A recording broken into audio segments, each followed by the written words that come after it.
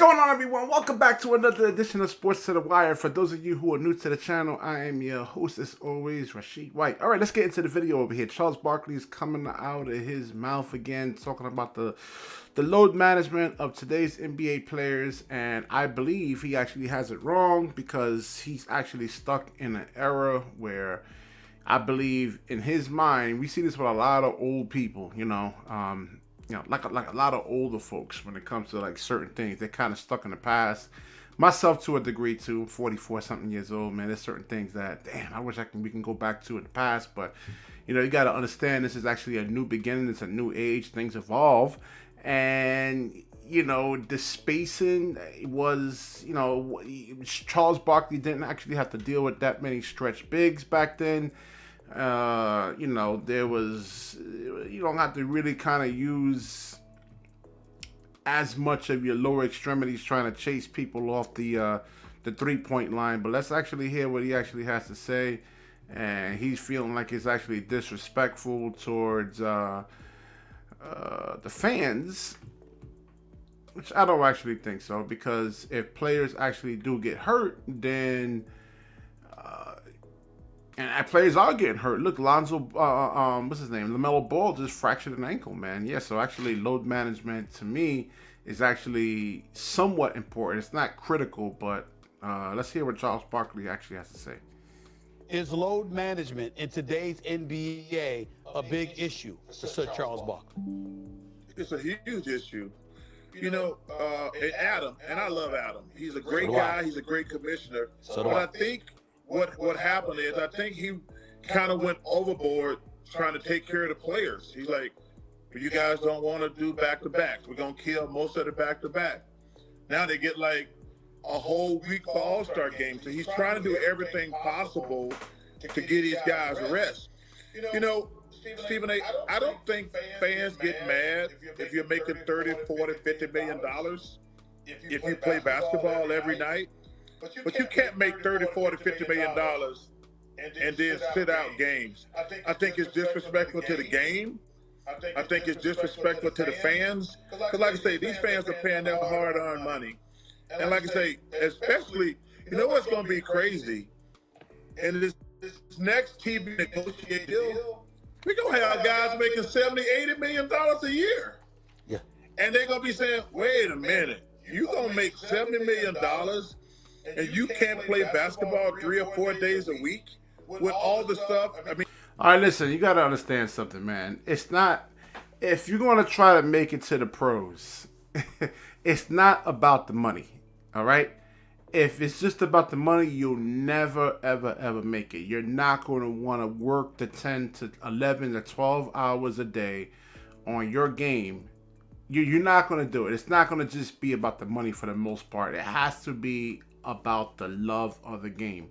You have to love basketball. You have to eat, sleep, live basketball. You have to sacrifice certain things, sacrifice your family, sacrifice doing the other things you love. It could be women, it could be movies that you actually have. There's a lot of sacrifice that actually comes into actually making it to the pros. And also there's a lot of sacrifice, even more sacrifice if you're going to be like a multiple all-star. So if you're like a Kyrie Irving, a Kevin Durant, a Kawhi Leonard, I mean, it's even more sacrifice than your common role player or your specialist out there. So I don't know what Charles Barkley is talking about, like, oh, these guys actually want to sit out. And a lot of these guys have legitimate injuries. Again, they're not going to really tell you anything, because let's say if LeBron James, he hurt his foot. Let's say if he goes back in, he actually tries to play through the pain.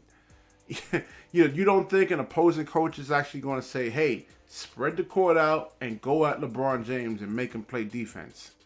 So Charles Barkley is actually disconnected from reality. He doesn't understand this is not the 1980s. These players are bigger, stronger, faster, and more skilled. You see the shooting. Charles Barkley didn't have to deal with stretch bigs back then. There was no Joel Embiid that can actually hit the threes like a 2 guard or like a 3 or like a 1. Charles Barkley was never asked to get switched on to lightning fast guards like a John Morant, a Trae Young, a Halliburton, a Damian Lillard. You got to actually guard these guys, man. So, I don't understand. Like I said, I played basketball for over 20-something years. I'd rather play down low and get my ass kicked and thrown to the ground and get hit in the face, everything, than actually have to go on that perimeter and chase these guys around. Look at Steph Curry. You got to fight through screens and run them off the three-point line. Then you got to recover. You think that's easy to do? You see the amount of threes these guys are actually putting up and the amount of threes these guys are actually making. Oh, by the way, too, you can't hand check. You got to use most of your lower extremities to actually stay with these guys, and you have to guard them. And don't listen to guys like, it was like Dreamers Pro saying, oh, they don't play no defense. Yeah, they play defense. I just finished watching the Brooklyn Nets and Atlanta game yesterday. And Cam Johnson and Mikal Bridges was actually playing defense. You got to guard. You look at the Boston Celtics. When Udoka was there last year, he wasn't trying to send any kind of help. He expected every single person to actually stay in front of their man. Kevin Durant brought that up this year, saying, hey, we got to stay in front of our man. So all this stuff like they don't play defense. Yes, they do play defense, and you can't hand check them. And then you got to look at the amount of skill that's in there. These guys can shoot. And the amount of threes that's actually being taken.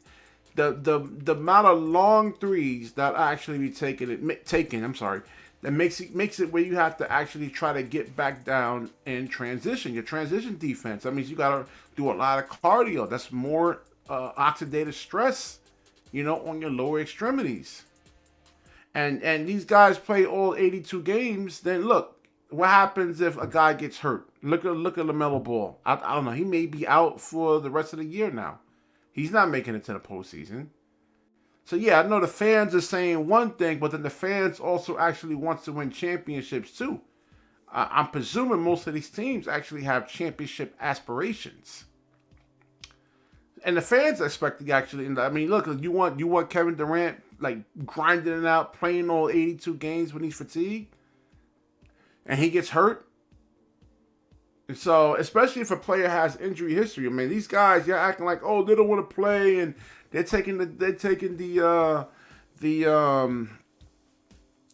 fans for granted. That's just categorically not true. The game is much harder today than what it was back then. I don't want to hear, oh, it's physical and listen, you knocking somebody out of the air and putting a full arm to their chest when they're going up for a layup and throwing them, that's not defense, man, okay? That is fouling. That is not defense. That's a defense. You have to play defense. You got to stay in front of your man, and you have to not foul. All right? So Charles Barkley did not actually have to go through any of this stuff. He's supposed to be a basketball player, and he's just sounding like an emotional fanboy right now. And when he should be explaining, like, hey, the rigors that these guys actually have to go through. All right, I'm talking too much over here, man. Long video, 9 minutes, man. All right, so I will wrap this video up. If you like the video, please like, comment, subscribe. Certainly share this video.